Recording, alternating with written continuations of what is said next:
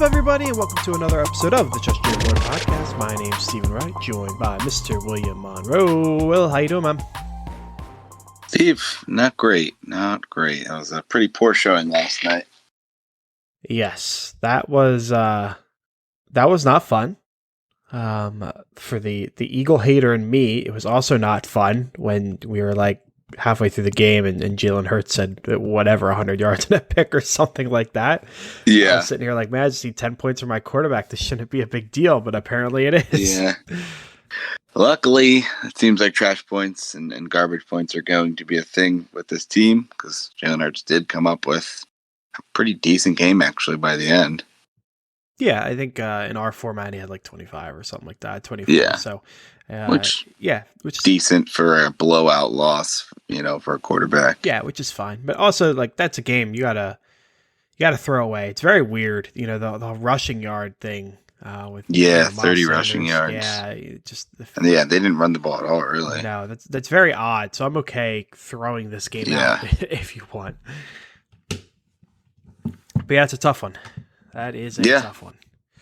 Yeah, I think, here in Philly, people got pretty excited after we, had a pretty good first week. But going into the season, kind of the consensus, for most of the beat writers and kind of I'm in line is, 6, 7, 8 win team maybe here, slightly under 500 to, middling under 500. So I think it's more of a regression to the mean for a team that, is working on developing some young players, has some good young picks or some draft picks, and then has a lot of money coming off the books this year. So I think it's going to be maybe more garbage fantasy points than what we saw in week one. But I think it'll be interesting to see how the team does the rest of the year. Some tough matchups coming along. Yeah, and that makes it even if they do hit where everyone expected them to, because they started, week one was very good and week two was a loss, but, still you didn't give up too much of San Francisco. So there was kind of a positive news story there. So you kind of get hyped after the first 2 weeks and no matter what, it's going to hurt even more because your expectations were lifted in those first 2 weeks. Right. So yeah, it's might be a long season. Yeah, definitely could be. But I think we're now pivoting fully away from week 3, and we're looking ahead here to week 4. Yes, sir. So we got some start-sit questions to go over, and then some a few trade questions as well. So we'll start with the quarterback position as always. An interesting one, given recent performances. But would you rather start Derek Carr at the LA Chargers or Tannehill at the Jets? Yeah, this one is interesting. At first glance, Tannehill kind of in a tier above Carr coming into the year. But then when you take a look at what's going on so far, 3 weeks, it does tend to typically mean a trend. And Derek Carr has been on fire through 3 weeks. I think in our scoring format, he's got over 30 points in a game and 6-point touchdown. And Tannehill has been, I think up and down. I know he had at least one really bad week. I don't recall any majorly great weeks. So I think you could go either way. I think if you need upside, I probably lean Carr just because I think that they're going to have to throw the ball more. Whereas Tannehill, I think, could have a solid baseline just because it's going against a really bad Jets defense. But this could be a, 200-yard Derrick Henry game where they just run all over the Jets and the Jets aren't able to keep up, so the Titans don't really have to throw the ball. But I think you're okay as kind of like a back end QB1 for either of these guys. But if you're in a matchup where you need to chase some points, I think Derek Carr is the play. Yeah, they're pretty similar to me. I do think they have similar upside. Because, you got the Carr narrative that you just laid out. But, on the flip side with the Tannehill, it could be a big Henry game, but the touchdowns just go Tannehill's way. We've seen those 5 touchdown games from him before with that mind. A.J. Brown's gone. So that's definitely going to hurt. And Julio, I think, is listed as questionable. I don't know if that he's permanently questionable. Indicated a specific injury, but questionable for him. So Yeah, you really just have him as their main option in the passing offense or passing game. Yeah, and that makes it tough. But Mhm. they're wishing they had Janu right now. But Oh yeah, um, majorly wishing. I think if I had to pull the trigger, I think I'd still go with Tannehill. And part of that's just me looking at the Jets. Like, yeah, I want the quarterback playing the Yeah, Jets. But yeah, it's interesting. Both are perfectly fine. I have no issue going with Carr. But me myself, I think I'm going to go with Tannehill. all right. Next up, we have a little more high-end quarterback option. We have Josh Allen at Houston, Tom Brady at New England. Yeah, this one's it's fun to think about, and you have like the revenge game narrative and all that stuff. But I cannot bench Josh Allen against Houston. You know Yeah, that team and offense or defense are just trash. Where Brady, yeah, he's got the revenge game narrative, but New England's also got a good defense. No one knows Brady better than Belichick.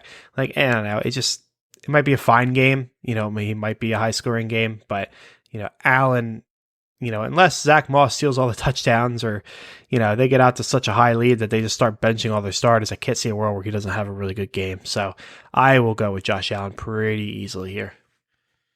yeah, I'm in line with you here. I mean, I think Brady's a good start, but definitely a slightly tougher matchup on the road. Versus Josh Allen, he's got a great matchup against bad Houston defense, and they're not a team that runs the ball much, so I don't have as much of a worry that they're going to blow out Tannehill. The Tannehill worry where they're going to blow it out and it's going to be all Derrick Henry. Yeah, there's probably going to be more rushing than the team usually does, but I imagine this team's going to throw the ball like they normally do. So I'll go Allen here. I've got a bonus question for you, Steve, that applies here that plays into me. I know I've told you in my one dynasty league, it's one QB, but I'm currently sitting on Josh Allen and Pat Mahomes. The way the QB, form or QB valuation has been, they go for a lot. So it's tough to trade one and get what the market value is. So right now, probably going to try to trade one this year, but would you start Pat Mahomes and Philly or Josh Allen versus Houston? Wow. I think I'd start Josh Allen. I mean, Yeah. the Philly defenses look good. We just said at times, not last week, but at other times they've looked good. So I think I'd go with Allen. Yeah, I'm in that boat where the only place I have Josh Allen is this league, and I haven't played him at all this year so far. A lot throughout last year, I didn't play him much. So it's really weird having Josh Allen and not playing him in really any position with Mahomes there. But this is a week where I think I got to play Josh Allen against Houston. Yeah, agreed. Let us know what you do and how that works out. Yeah. Our final quarterback question here, back down to kind of the bottom of the barrel here. You got Daniel Jones at New Orleans or Heineke at Atlanta.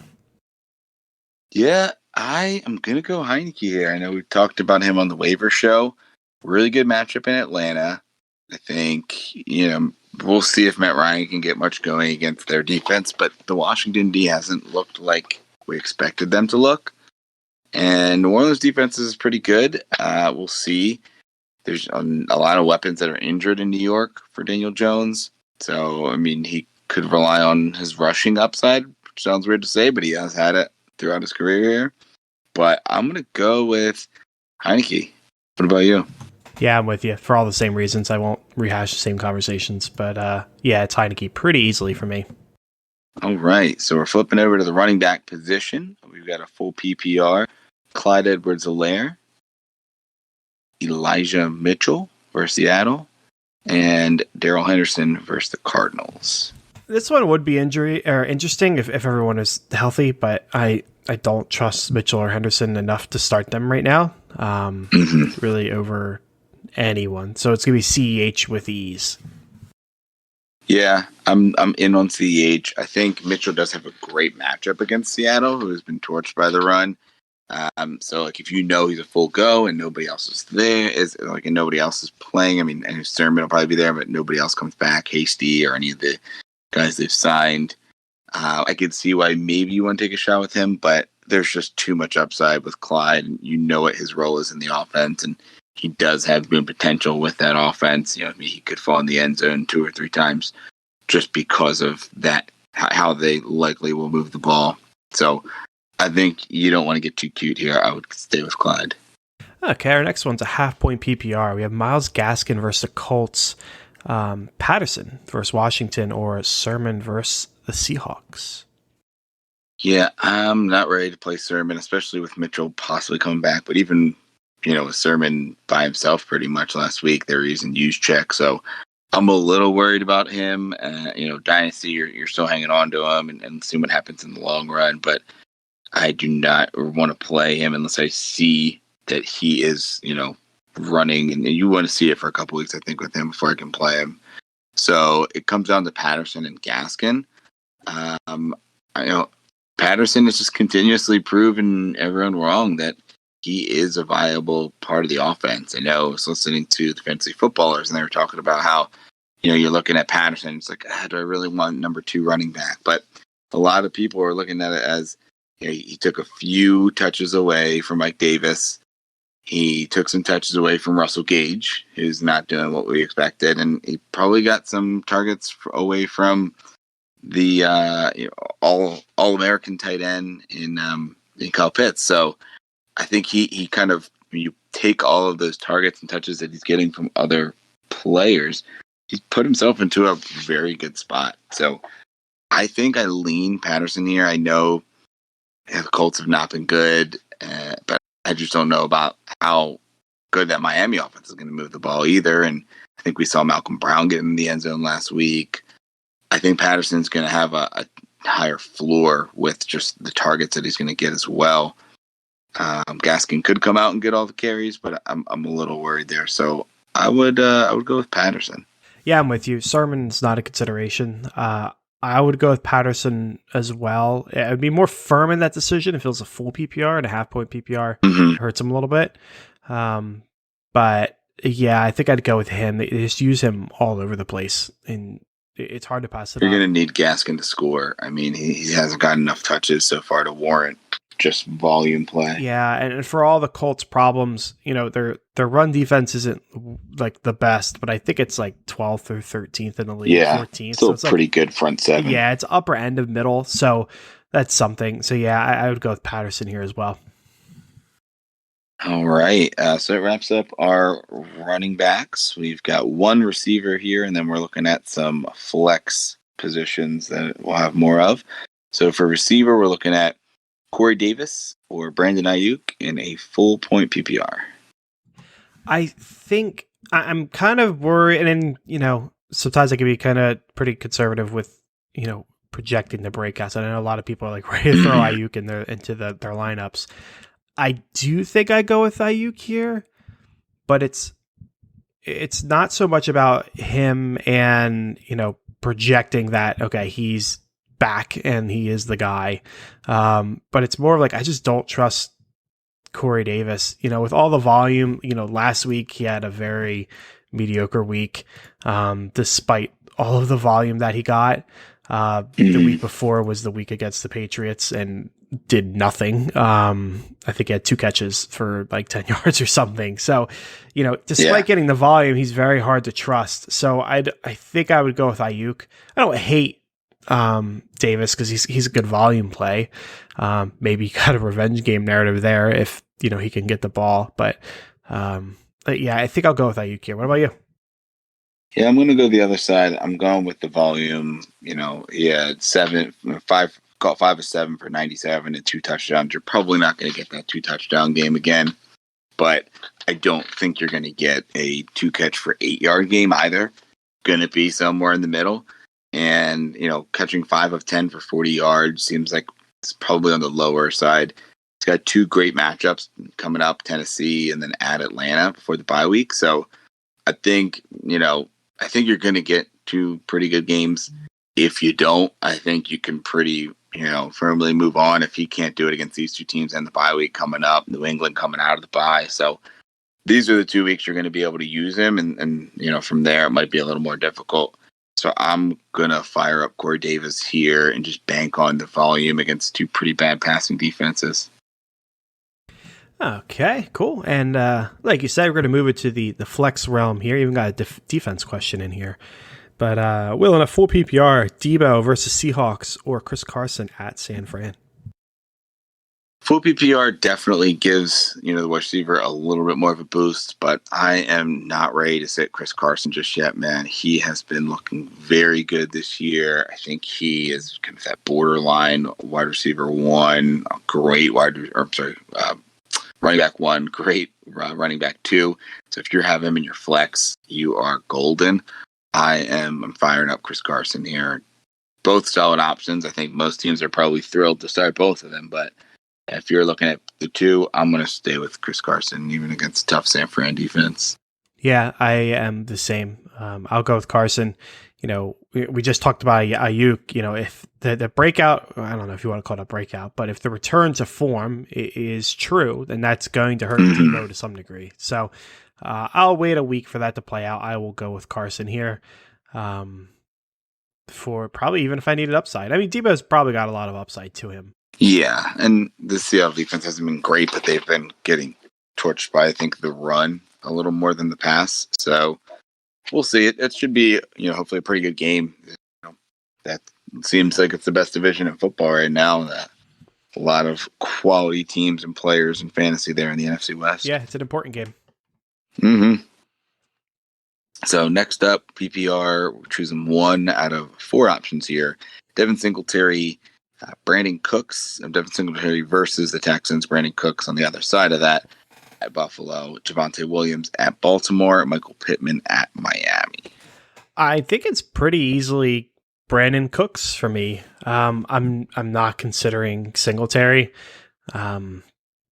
It could be a good week for them. There's bound to be a lot of garbage time, so maybe that works out, and they end up just running a lot. But I'm really not that interested in Singletary. Javonte Williams, interesting, still in the 50-50 split. Pittman, also interesting, but I don't know. That whole Colts situation is kind of scary. Where Cooks has looked good, he will have a positive game script for the entire game. So I don't think I could pass that up. He's probably not going to score. Maybe though. But he'll get, I'd imagine, tons of catches and tons of yards. So I am not going to pass up Cooks here.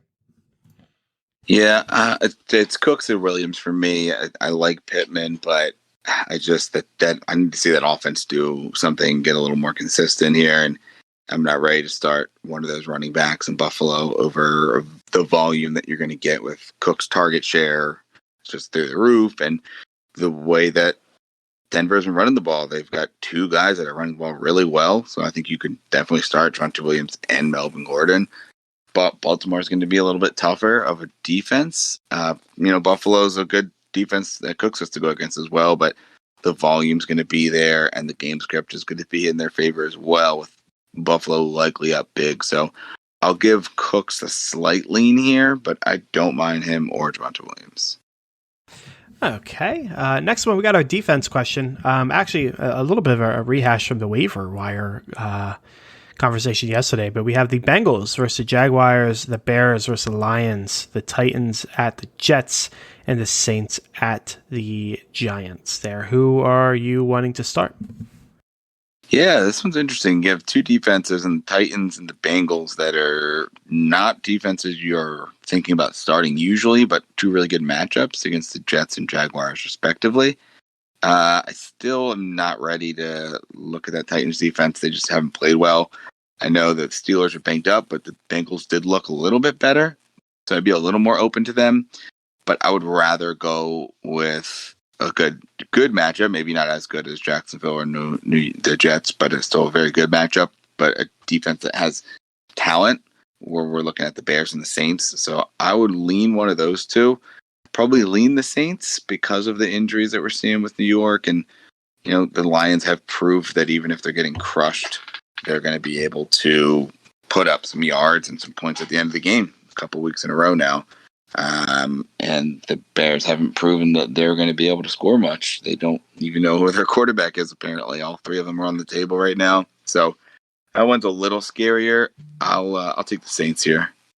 Yeah, it's tough. I think the Saints are in for a really good week. I still look at the Bears and the Lions matchup and think, Because of all the quarterback stuff, are they really going to clamp down on defense and just try to make it a grinded out kind of a game?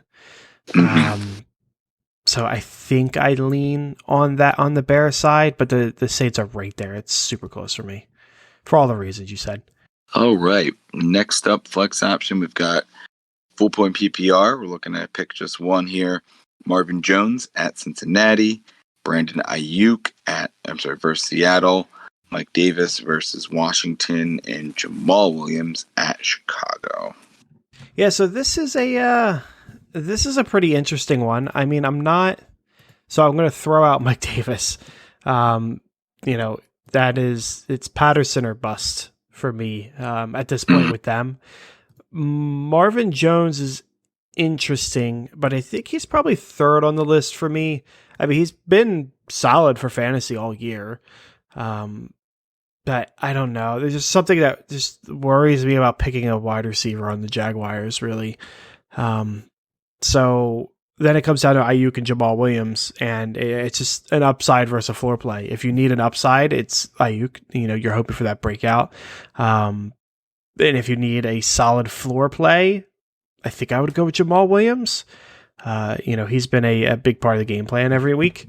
So I think I would lean with him. If you want to go, if you need a safe play and you want to go with Marvin over, say, Jamal, I would be okay with that. Like, I'm not going to sit there and argue with you about it. My preference leads with Jamal. But they're pretty close if you need a floor play. What about you? What do you think?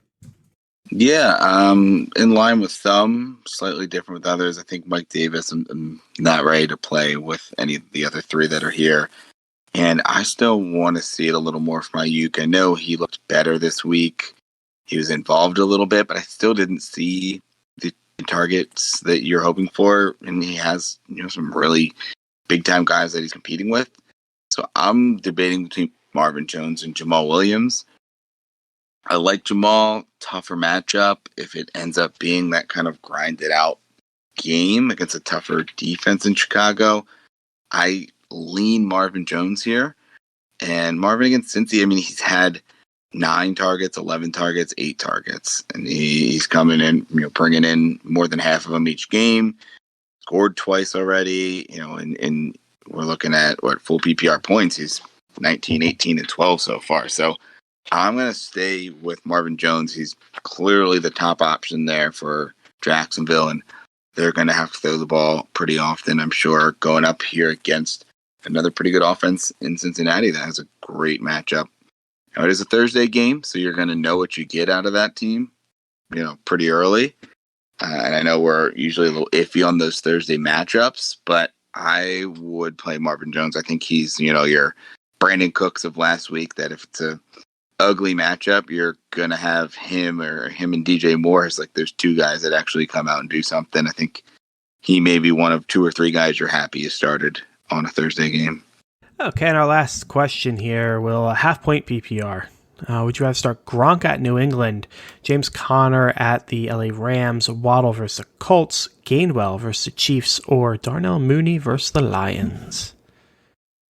So I don't think that you can play Mooney or Gainwell right now. The quarterback situation is so up in the air with Mooney. Can't play him just yet. I'm not ready to cut him, but if you really need to, I think he could be on the chop block.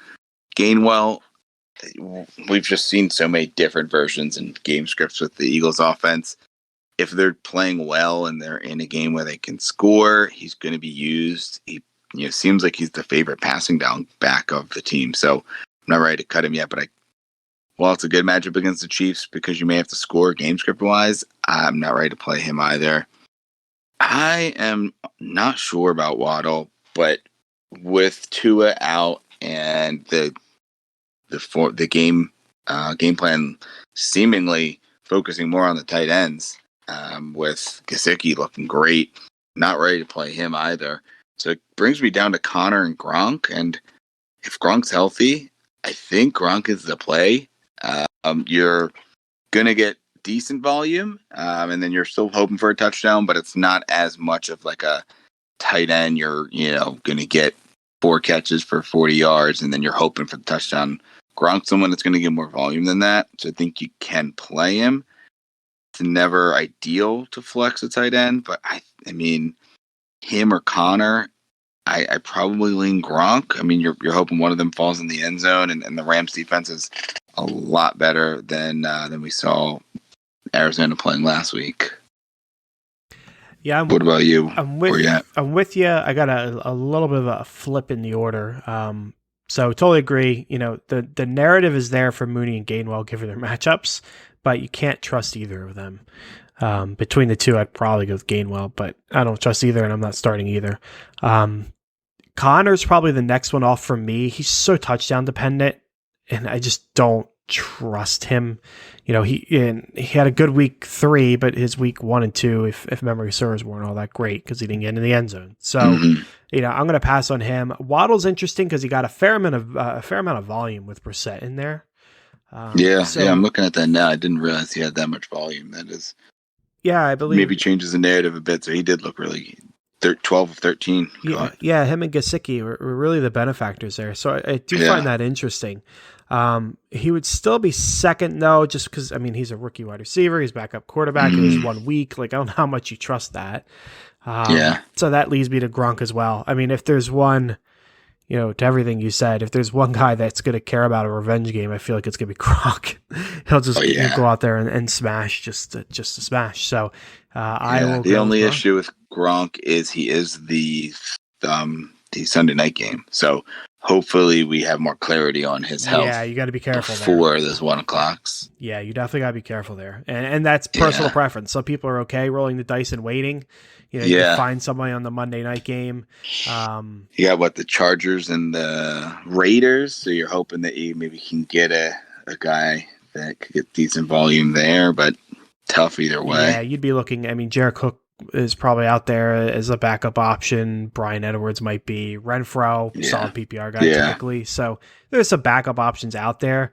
But that's going to be personal preference. You want to roll the dice or not if we don't have good clarity. Mm-hmm. Now, with that said, Will, we're going to go ahead and move on to the trade questions here.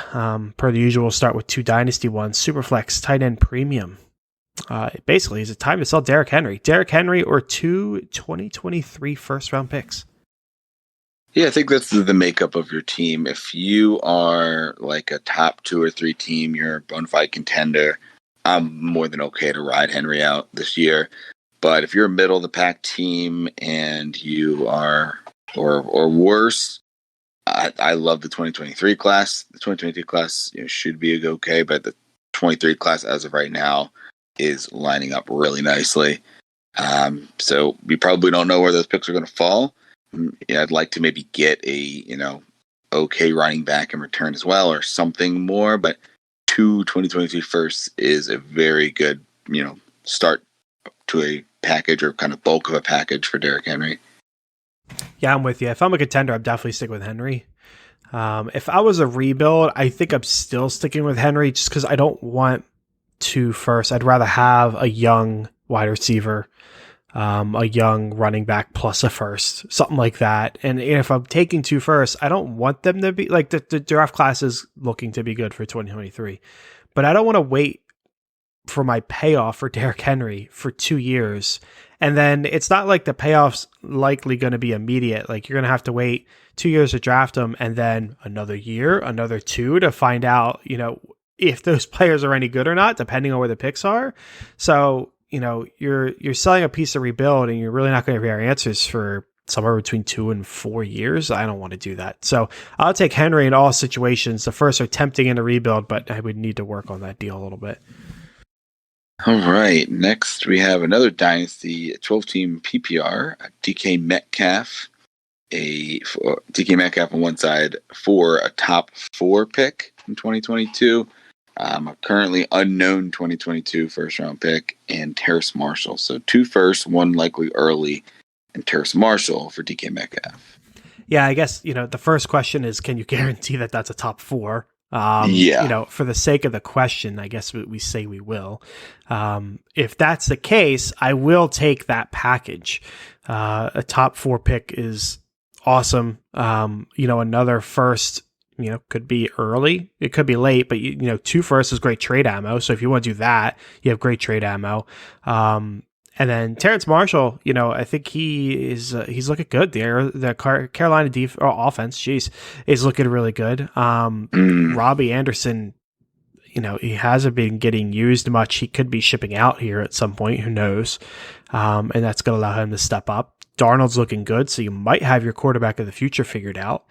I kind of like that side. It would be a shame to lose out on Metcalf because you have a proven young wide receiver with a good quarterback there, but that's a hefty package for me to turn down. Yeah, and you can always flip picks around for more, but I think I'd need to be like pretty solidly at the bottom and a rebuilding team. I just think DK, you know what you have. It's probably top 5. You could argue the top receiver, in Dynasty going forward. Still with Russell there. He's proven that he's probably a top 10 receiver redraft, and you know what you have in him. So I probably, all things being equal, keep Metcalf here. It would be nice maybe to get pick in each of the next 2 drafts instead, and then maybe a slightly better or more proven player, but. All things being equal, I'm gonna hang on to DK here. Okay, now we enter the world of redraft here. We got a half-point PPR. DeAndre Swift and Mike Evans, or CeeDee Lamb and Keenan Allen. Oof, that's tough. I mean, it's tough to pass on the running back. I think I like Lamb and Allen better than Evans. So I think it really depends on your team makeup. If you can afford to trade Swift and you have the RB depth, which is really tough because not too many people really have that RB depth, I would be okay picking up Allen and Lamb. I think it's a solid pairing. Keenan has been very consistent. Lamb, obviously didn't have a great week 3, but I think he's going to have huge boom games and he'll have a solid floor. So that is a really good package back, especially with the injury concern of Swift and the inconsistency of Evans. It just depends on what your running backs look like after trading Swift away. Yeah, that's me 100%. I mean, your average person, I don't think has the depth to pull this off because I'm not giving up Swift without getting someone back. No. I mean, maybe you drafted 3 guys and you don't have much of a receiver, and then you were lucky and picked up, Elijah Mitchell and Patterson, and you've got like 5 running backs. So like if you're in a good spot where you've got 5 guys that you feel comfortable starting, I'm okay with this trade, but yeah, there's not going to be too many people that are in a position to be able to trade Swift without getting a back. Yep, totally agree. All right, and next up, we have a redraft PPR, Amari Cooper or A.J. Brown. Heads up. Yeah, it's an interesting one, heads up, but I don't, and normally I'd want A.J. Brown, but with the hamstring injury, that's week to week. It's not something that's going to go away quickly, and hamstrings can linger throughout the entire season. I really just don't want to play any games with that, so I'll take Cooper. Yeah, it's tough because Cooper also has his own injury with the ribs, and obviously, it was a weird game yesterday, but he didn't get too much, from a production standpoint. He had some targets, but I'll take Amari and a more high-powered offense as well. And maybe if you are like a 3-0 team and you want to gamble on, potentially getting a crazy upside, you don't need to play A.J. Brown the next couple weeks. I can see why you want to try to take that risk, but in a vacuum, I'm gonna go with Amari and just the volume of that offense. Yep, that is fair. And our last question here, redraft PPR: Mike Davis and Chase Claypool or James Robinson? This is a tough one. I want to stay James Robinson, but is the difference between Davis and Robinson Chase Claypool, who I know they all got hurt, but I think he was the one that was the least seriously hurt. So he could be like the main guy in Pittsburgh outside of Najee, who is apparently the number 1 receiver on the team right now. I think I lean James Robinson, but that is a decent price to pay. Yeah, it's pretty fair. I mean, there's so many questions here. I mean, there's not any questions with Mike Davis. He is not the guy you wanted when you drafted him. But yeah, I mean, you got Claypool, the injury, how serious it's going to be. What about the other ones? Big Ben kind of sucks. Najee taking stuff away. Freiermuth has looked pretty good. So, yeah, he's kind of interesting. James Robinson, is he returning to? If he's returning to form like last year, then you have won by a mile by getting him, I would think. That's what you're banking on with this trade, right? Yeah, but it's 1 week. So are you rolling the, you're rolling the dice on 1 week. It's, if you want to roll the dice, I would, that's my style a little bit. So I will take James Robinson, but it's an interesting question. And I don't want to say it's make or break for your season. Because if you get James Robinson, he's the guy, you just made your season. If you gave him up and he's the guy, you just probably blew your season. There's a world where they just kind of cancel each other out, and Robinson and Claypool are both fine, but it seems like a make or break, a potential make or break kind of trade. That about wraps us up here today. Appreciate everyone for taking a listen here, and give us a follow over on Twitter at Trust Your Board. Yeah, tune in next week. Again, got waiver show going up on Tuesday, another start sit going up on Thursday. But until then, folks, trust your board.